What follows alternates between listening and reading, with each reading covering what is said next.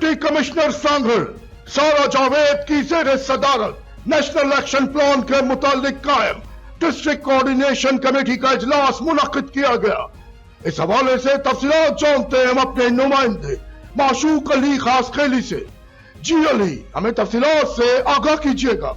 जी, deputy commissioner Sanghar सारा जावेद की ज़ेर सदारत नेशनल एक्शन प्लान के मुतालिक कायम डिस्ट्रिक्ट कोऑर्डिनेशन कमेटी का इजलास डिप्टी कमिश्नर ऑफिस में मुनक्किद किया गया। उस मौके पर इजलास से खिताब करते हुए डिप्टी कमिश्नर व चेयरमैन कोऑर्डिनेशन कमेटी सारा जावेद ने कहा कि वफाकी व सूबाई हुकूमत की जानिब से नेशनल एक्शन प्लान पर अमल दरामद कराने के लिए ज़िलाई सतह पर डिप्टी कमिश्नर की सरबराही में डिस्ट्रिक्ट कोऑर्डिनेशन कमेटी तश्कील दी गई है, जिसमें पुलिस, एक्साइज, खुफिया इदारों के ज़िलाई सरबराहान, खुराक, ज़राअत, energy, labour, social welfare, women development, औकाफ और ज़कात के अलावा कानून नाफिज करने वाले इदारों के अफसरान को मेंबर मुकर्रर किया गया है।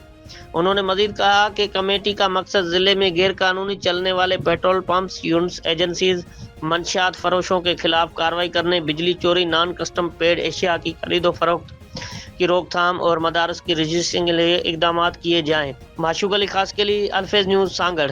बहुत शुक्रिया अली, हमें तफसीलात से आगाह करने के लिए। मजीद खबरें और अपडेट्स जानने के लिए देखते रहिए Faiz news network. Faiz news, Faiz सबके लिए।